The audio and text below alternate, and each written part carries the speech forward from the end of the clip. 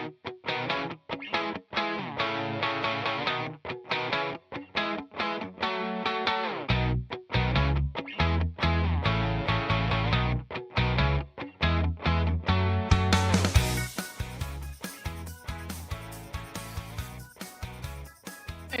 everybody. Hey everybody, welcome to the Jankyard. I'm your host of Treatment. And after just having finished a Blitz commentary, I figured I would try another new thing, and this time something a little bit slower paced. I'm going to try something that people have been asking for in the Discord community, a deck tech. Now, I've never done one of these, so be hopefully something educational. Hopefully, I find my way, and I figured the easiest way to start was to do something that I know is good, and that is something that I think people should be playing and people can learn from because there's some interesting choices. And that, of course, is going to be the deck entitled Anabasians by E.B. Fritz. It is a James deck, and it is the collection of 2025 deck, like the winner, the winning deck. And when I say winning deck, handedly so, I think. I mean, the finals did go to 2 games versus Carl in the finals. Carl was in the lower bracket, but Fritz had a great run. Now, granted, few things to mention. One is that it is very hard to, I think in this game at least, I don't have a ton of experience in other games. It's very hard to just point to a deck and say that this is a meta deck.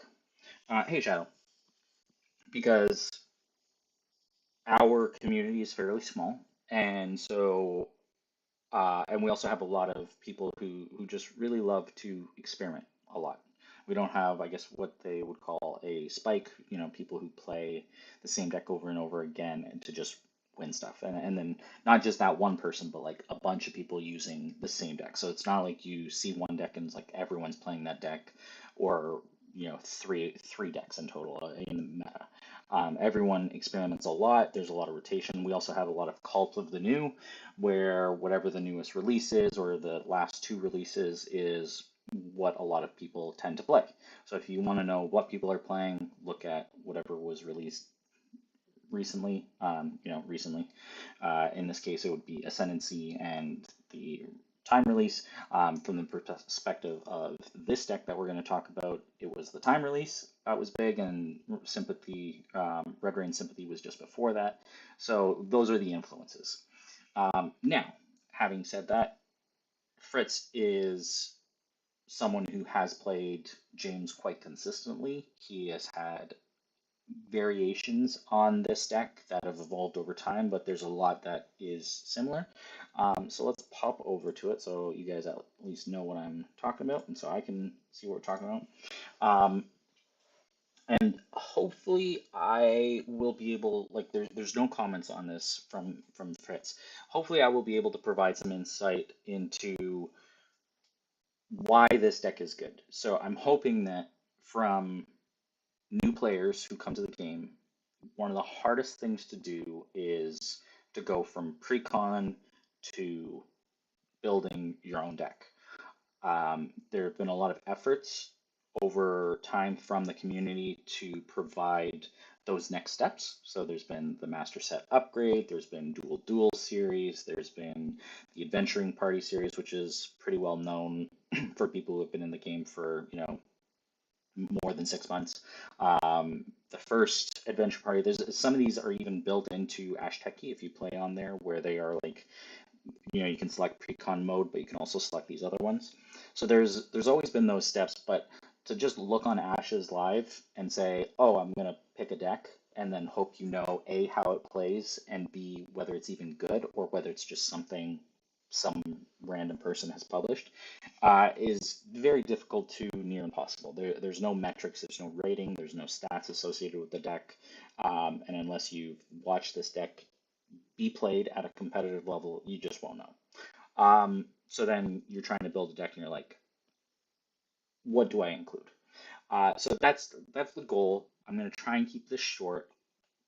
probably won't be more, I'm hoping more than 15 to 30 minutes. I don't think I need to talk about a deck that much, but I'm going to go through what, um, like why James, what the actual cards chosen might be for, in context of the time that they were chosen for the collection, and why some cards are good with respect to what this deck is trying to achieve.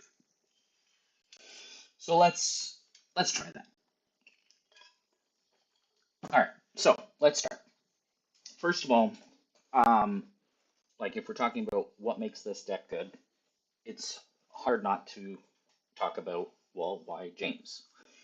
James, before Red Rain's Divine, was not played all that much.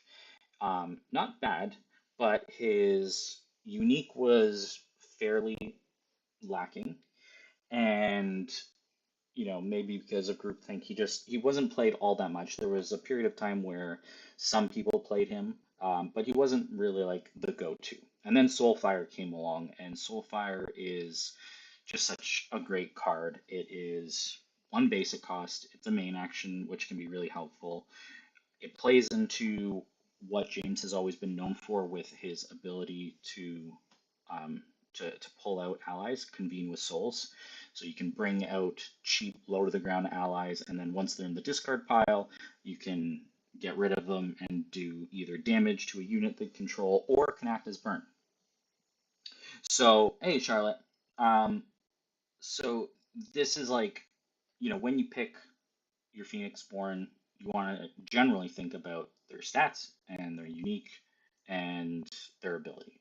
And so before, even though James had good stats, he didn't really have a good, like his ability is like, pretty good. It's good to tutor allies, but a year or two ago there weren't that many great allies. Now there are. So it's like, okay, all of a sudden now he's good. There's a good reason to pick him. And then Soulfire came in and it's like, oh, even better. So so there you go. So that's one reason. Also, some people just have pet Phoenixborn, like something just draws them to it, and their play style fits. And so this is one that just fits Fritz's style. Um, Tends to be very ally heavy, which means that allies in the game tend to be above curve because they're not, unlike books where you have access to them guaranteed every round if you first five them. Um, Allies are not. You may or may not have them. Yes, you can tutor some allies with James. You're generally not going to burn your life on a night, but once they're gone unless you have something to recur them. And with Soulfire, you're also getting rid of those allies. So they tend to be above curve. And so if you're playing ally heavy, you're tending to play a more aggressive battlefield style of deck. So you want to win through the battlefield. This is not a mill deck. This is not a burn deck. This is play to the battlefield. And there are a few cards that really sort of accentuate that style of playing fast and playing wide. First of all, James has a battlefield of 7, which is very good. Sorry, I got something stuck in my throat. um, and Glory Aspirant, which came out with Red Rain's Divine, sort of kicked off and really pulled together this swordsman package. So Glory can tutor any card with a divine cost, and Light Swordsman is the prime target. It's that and Sonic. So between the Light Swordsman and the Sonics is like the swordsman package. And further, because James can then also convene, in theory, a second glory, you can get out 2 glories and 2 light swordsmen. You can even do more if you do shepherds in your first 5. But this really just basically lets him play very aggressively, very, I don't know what you say, aggressively, not in terms of necessarily attacking face, but the quick strike on light swordsman really lets you force guard and then rack up damage, and if they stick around, even better. Now, what makes this deck interesting and maybe intimidating for a new player is that it is four colors. It's got nature, divine, sympathy, and a single time splash. When you're starting in Ashes, you might only play two colors, so jumping to four seems like a lot. But a lot of the genius in how this deck works is that A, because you're playing fast, you don't care really that much about meditating. Like in any game, you want to win before you even get close to decking out, or by the time you're decked out, like that's it. Um, but what he's done with this deck is he's added in a few parts of resilience. So he's actually added in five books, which I have seen him play decks before with no books. But in this case, he's adding three different types of books. And he's also got a ton of flexibility in the actual units that he's chosen, which give him not only flexibility in the first five, but when you have three colors, you think, oh gosh, I'm never going to have what I need. Between James's Convene Souls and just the spread, like the choice of cards and the count of the cards, it's actually not hard to A, spend all your dice, but B, not have to worry too much about meditate. So a few things. One, we see Twilight Alchemist here. Twilight is really good because it raises your dice for you, but it also allows you to filter into the cards that you might want. He's got two Sonics and two Hunt Masters, which are what we call Knights, and that is really for flexibility in the first five. I would assume that he's almost always or very regularly playing one of these, usually to fill out your deck cost. And Hunt Master is a more aggressive version than Sonic. The nice thing with Sonic is that you can actually play a double Sonic round with the two glories, so you can have that tall Knight start. And then generally you'd have at least one more to draw into, you hope, throughout the game. So that's all fairly what I would call standard building of the thing of a James deck, low to the ground. Raptor Herders also fairly standard, and Shepherd of Lost Souls to recur those cards. Beast Warrior is a nice little touch. I think this is not the most common unit, but it's nice because on your off turn, not only can you convene it, but it just has that little bit extra life stats when it's when you're not the active player, which is pretty cool. And so it's just a little bit extra damage and a little bit extra beefiness against the large amount of ping that is currently in the game. And by ping, I mean single points of damage, usually that come from either Reverberate or, well, Soulfire in this case, Clashing Tempers, Frog Ping, etc. There's a lot of sources of it. So those are all pretty normal, but then it's like, okay, well, what else has he added? So you're playing a deck that you know is pretty aggressive, pretty low to the ground, and low to the ground I mean like a lot of these units, other than the two knights, are all one health. And so he's got an Adept Duelist here. Now, my thought, if I was including Adept Duelist, is that there are two possible things that can ruin your day. One is just playing against a deck where there is a ton of counter ping. Um, and so hopefully you're just playing fast enough or being able to remove that ping, like hopefully it's onboard ping. But the other thing that could really ruin your day is a root armor or any armored unit. In particular, the likes of a root armored snake in Maoni, or even a root armored beast tamer. Those two things do a lot against your deck. Like you can basically set a root armored beast tamer and absorb most of the attacks, and then a snake that's root armored, you are going to have almost nothing to counteract that, and that snake is going to get big if they have removal for your small units, and then it could be a one-shot kill type of thing. So root armor in particular is bad.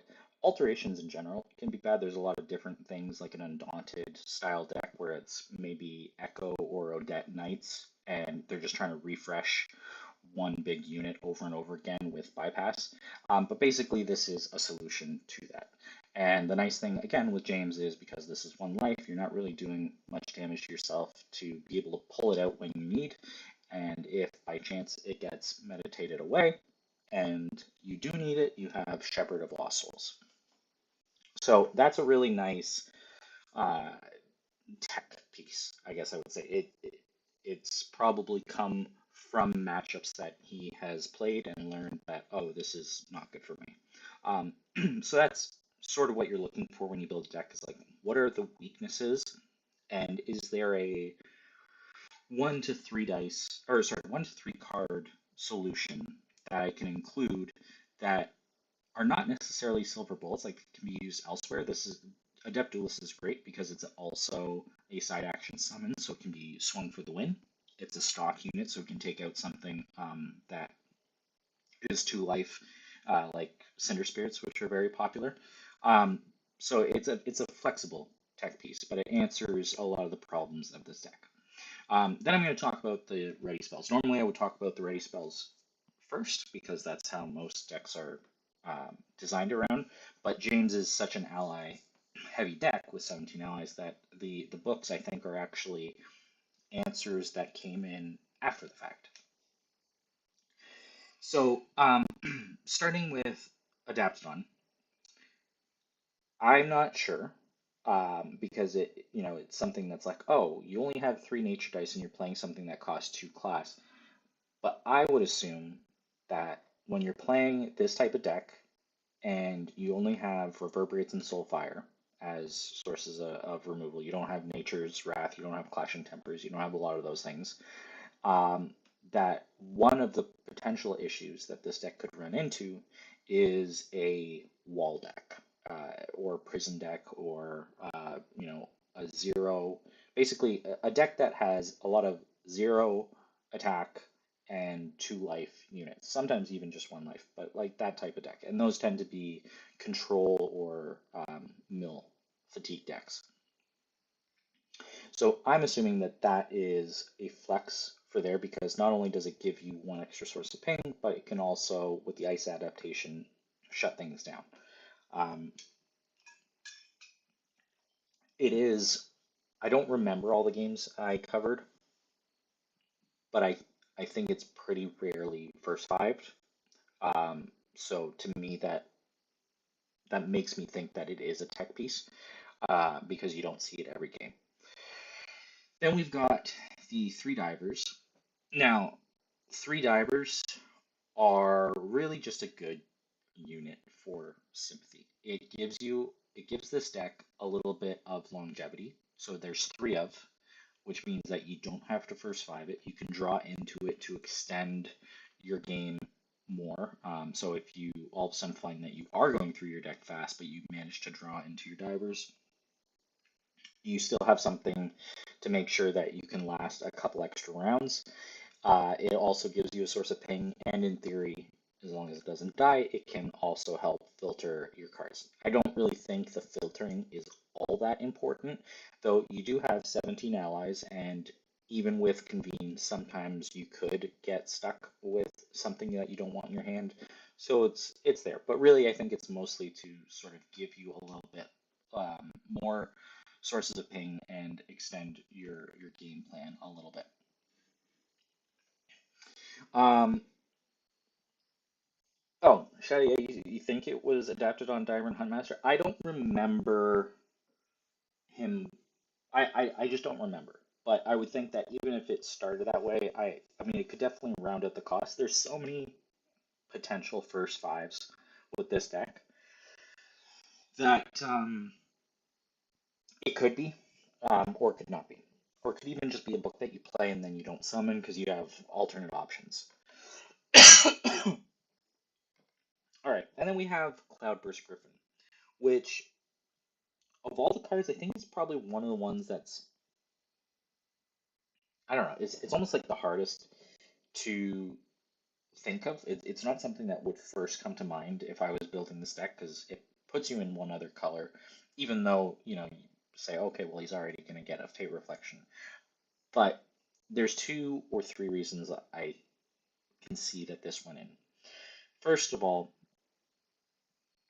it fits with the sort of aggression, sure, and it's two dice synced.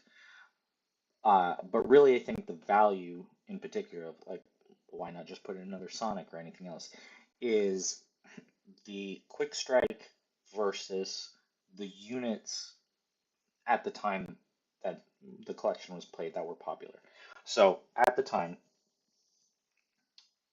Cinder Spirit was fairly popular, still is fairly popular. It's not like that's gone away. Um, Bear wasn't popular, but Prowler was popular. Like 3 life units, those tend to be resilient to your light swordsman. Like other than Old Salt, which can die to a light swordsman on turn one, Prowler and a few others like Cinder Spirit don't. Hunt Master, a counter Hunt Master, or even just another knight where okay you can put 1 damage on it, but then trying to get 3 damage out other than your Sonic, there's nothing else that you have. So I think that this is for those matchups where you expect the opposing player is going to play a bit taller. Um, it can help against even just 2 life units trading up because you're going to get the quick strike, you can get at least the guard out of it, so it puts guard pressure on it, and then it can clean things up. Um, Ice Trap is always popular and has been popular, so you really have to judge like, am I playing against a nature deck? Probably you're not going to start it. But anything else, if someone's playing very time heavy, or any other color, then you're like, yeah, sure, this is pretty good. So that's why I think he teched those books in particular. But um, the games I saw, I think Cloudburst.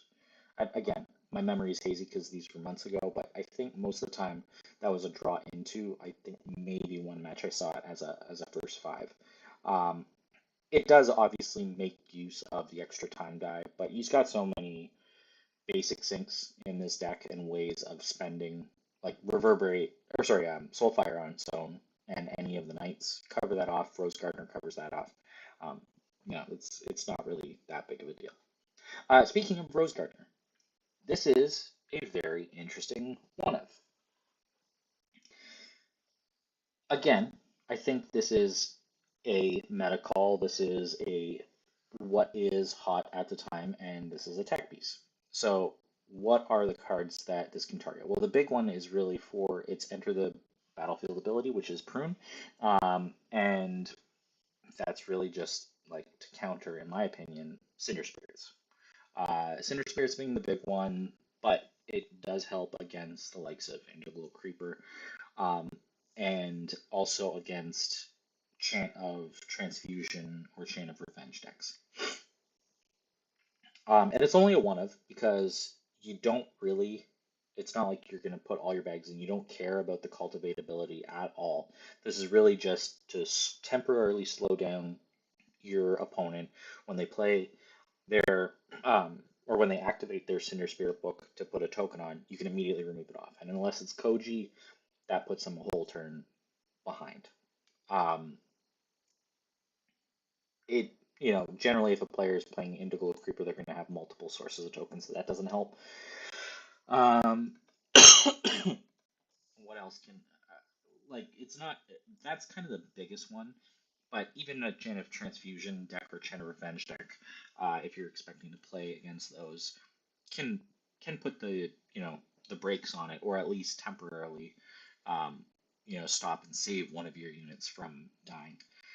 So that's pretty cool there as well. That's another tech piece. So far, really, I would say that we've got 2 allies that are tech pieces.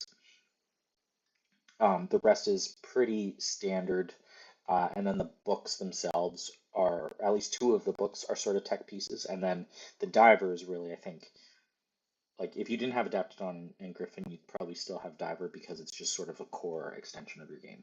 Um, the generosity, I think, here is very interesting. It's a very interesting choice, not only because it's not something you usually see in a James deck, but it's also not something you usually see on one time die. And usually it's even just a charm card, to be honest. The big thing here is that in addition to Diver and Twilight, this is finding the answers.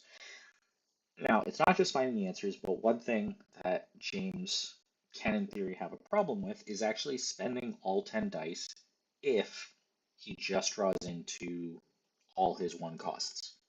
So if you don't first five your books, or even if you do, maybe you have a diver or two divers, you could end up not having enough cards to play for 10 dice.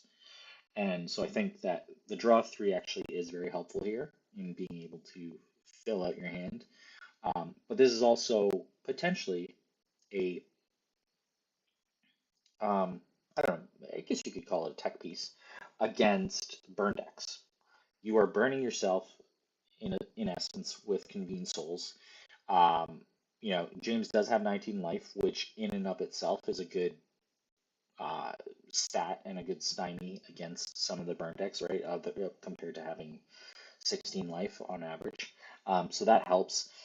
I don't know how often the remove exhaustion from your Phoenix Born or Ready Spoil would come into play, but it could, because if you remove the token from James, then you can just summon another, or not summon, you can just convene another ally. If you had books, you can't summon a second Adaptodon, you can't summon a second Griffin. So at most you could summon another diver, but really it's probably going to be used on James. So it's a pretty interesting card, which is a surprising piece. I think there's probably argument to be made that this could just be something else. It could be a second Fate Reflection. It could be any one of these allies. So I'd be curious to hear from Fritz himself how many times this was game winning or important, or what specific decks and matchups he faced. Then you have Reverberate. Reverberate is just a solid card. It deals damage to allies when you want to be swinging. It gives you draw. It's just all around good. It's in everyone's deck right now. It's a great card. You need something generally, aside from your Light Swordsman, which are side actions. You want to be able to swing as much as possible, so this takes out any chump blockers in your way. It's just good. Soulfire we talked about. Now the real nasty thing, which is something that can catch you off guard if you're facing this deck, is that if you get reverberated, you're playing, say you have a couple chump blockers on the field or low to the ground, you get reverberated, and then you get soulfired as a side and a main action. That's where Soulfire can just win the game out of burn. I think I did see this once, maybe twice, in one of Fritz's collection matchups, where he removed the opponent's last card. It could have been a knight, it could have been a couple one life units, I don't remember. And then he just played Soulfire, and he got 3 burn damage in. So that is, even though this is not a burn deck, Soulfire can act as your plan B, as your burn, as your reach, as we like to say. And so the Reverberate Soulfire combo is incredible. And then we have Fate Reflection here, which is almost certainly a tech piece specifically against the likes of Aradel and Odette matchups. I doubt he plays that in his first 5 against anybody else. Maybe Cole, but really I think it's for the Aradel Odette matchups. And sometimes it's only a one of. Some decks you see will have 3 ofs because they know that they really want to bounce things back and keep their higher life units, but James can put out so many units that really it's just to not get completely dunked on if you're doing, say, a double Sonic open. Actually, I take that back. It could also be against Mayoni. Mayoni's command strike. So those 3, I guess technically. At the time when we played the collection, this was built, we didn't have Aaron or Issa. So I forget what his unique is called at the moment, but that wasn't a concern. That would be now something that you would also use it for to stop the 4 damage. So I think that this deck, even though it was built for the collection several months ago, is still an absolute monster of a deck. It is very good. It is very flexible. My only, not criticism of it, my only, I guess, warning to newer players is that the first fives are potentially so flexible and so overwhelming that you don't want to bury yourself in choice and worry about like counterpicking your opponent because this has so many options. So I would say if you're going to take this deck and use it because you're like, oh, this was the collection winner, it's the best deck. Pick a first five. You're probably not playing all three books, but pick a first five and just play that for several games. This is one of like my broader tips that we've talked about on the Junkyard before, but don't change too many variables at once. This is a very flexible deck. Pick something, play it a couple times against different matchups, find out why it does or does not work, and then try something new. And don't change like all 5 things, right? Maybe just try a double Sonic Open or a Huntmaster Open with a couple other units. Play, a couple Light Swordsmen. You could probably find 2 or 3 opens that you want to test, but over the course of at least 10 games.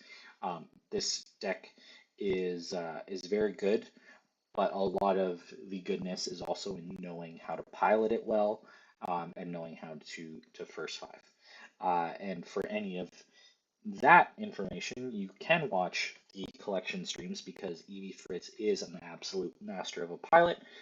So watch an expert play a fantastic deck. I think that is.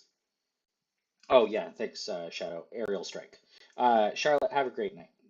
I think that is sort of what I want to cover. I don't know what people want to see, so I'm going to keep this short and sweet as far as the first video.